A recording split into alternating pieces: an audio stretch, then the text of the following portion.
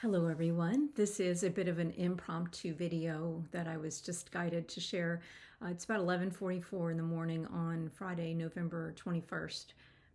And I do not know exactly what it is, but I had this continual urge to share, to comfort, and to share the Beatitudes, which is the opening to the Sermon on the Mount that Yeshua shared with the people. And so I'm going to just record a brief message here, and then I'll add an additional message at the end. So I'm actually just reading from online. This is Matthew chapter 5, verses 1 to 12. Now, when Jesus saw the crowds, he went up on a mountainside and sat down. His disciples came to him, and he began to teach them. He said, "Blessed are the poor in spirit, for theirs is the kingdom of heaven. Blessed are those who mourn, for they will be comforted. Blessed are the meek, for they will inherit the earth. Blessed are those who hunger and thirst for righteousness, for they will be filled. Blessed are the merciful, for they will be shown mercy. Blessed are the pure in heart, for they will see God. Blessed are the peacemakers, for they will be called the children of God. Blessed are those who are persecuted because of righteousness, for theirs is the kingdom of heaven.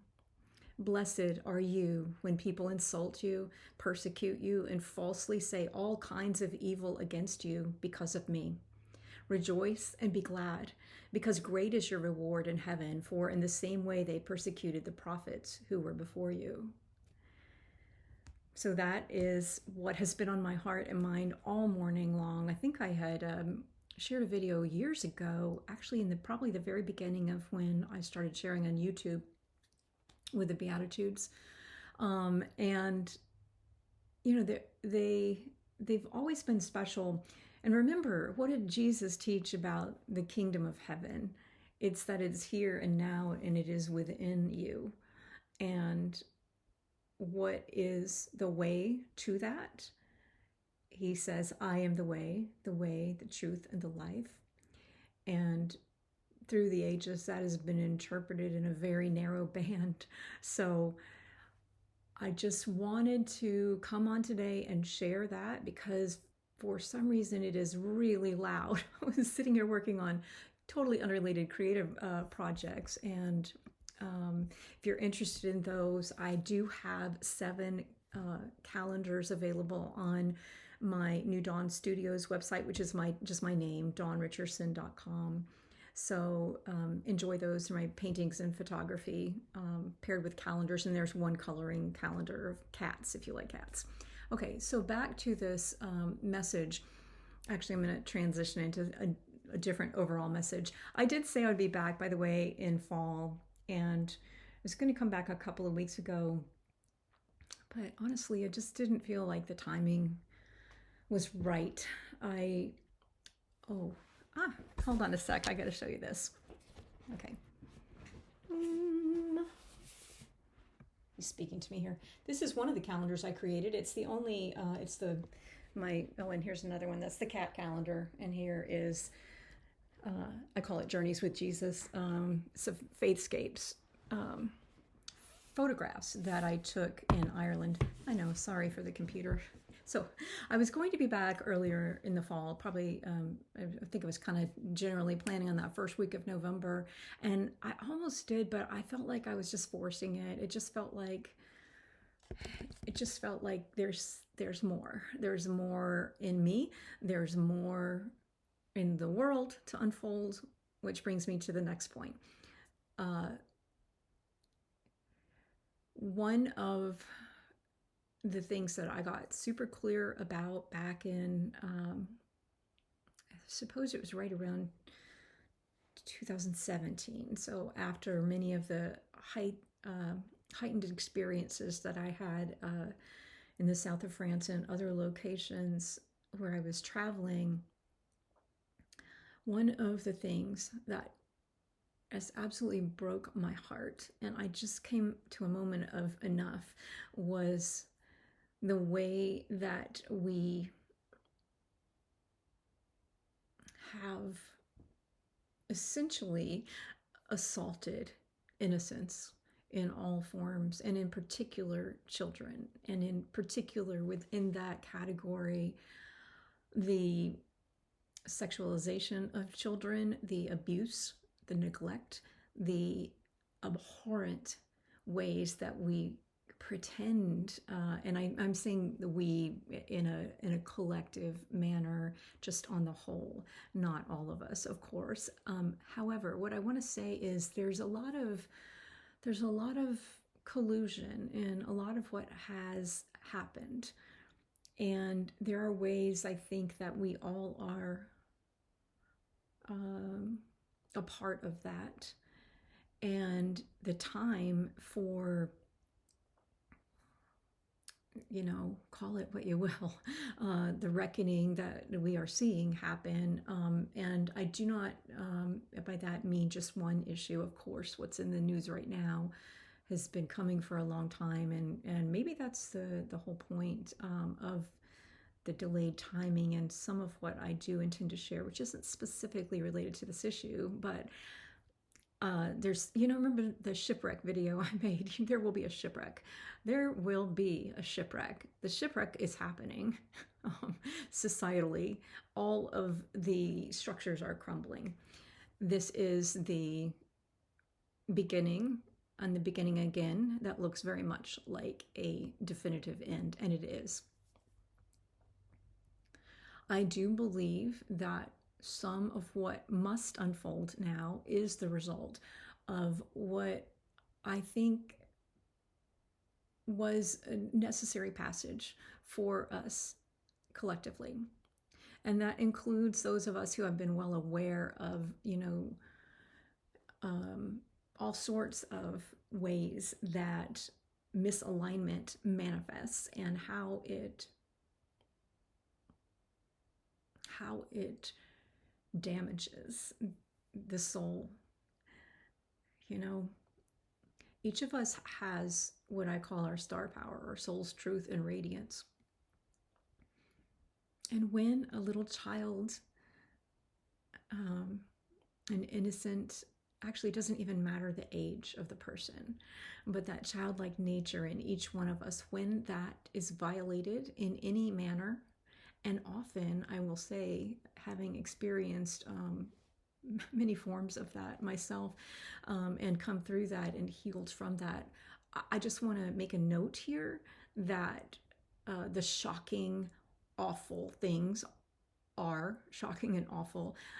And yet, I will say from personal experience that some of the deepest scars and wounds came from the more covert or subtle behaviors that are very much condoned in all manner of structures and systems, and from the family unit to local communities to the society at large to nation states and other circles within society, to include various sectors of society, to include those who purport to help, purport to do good, and often convince themselves.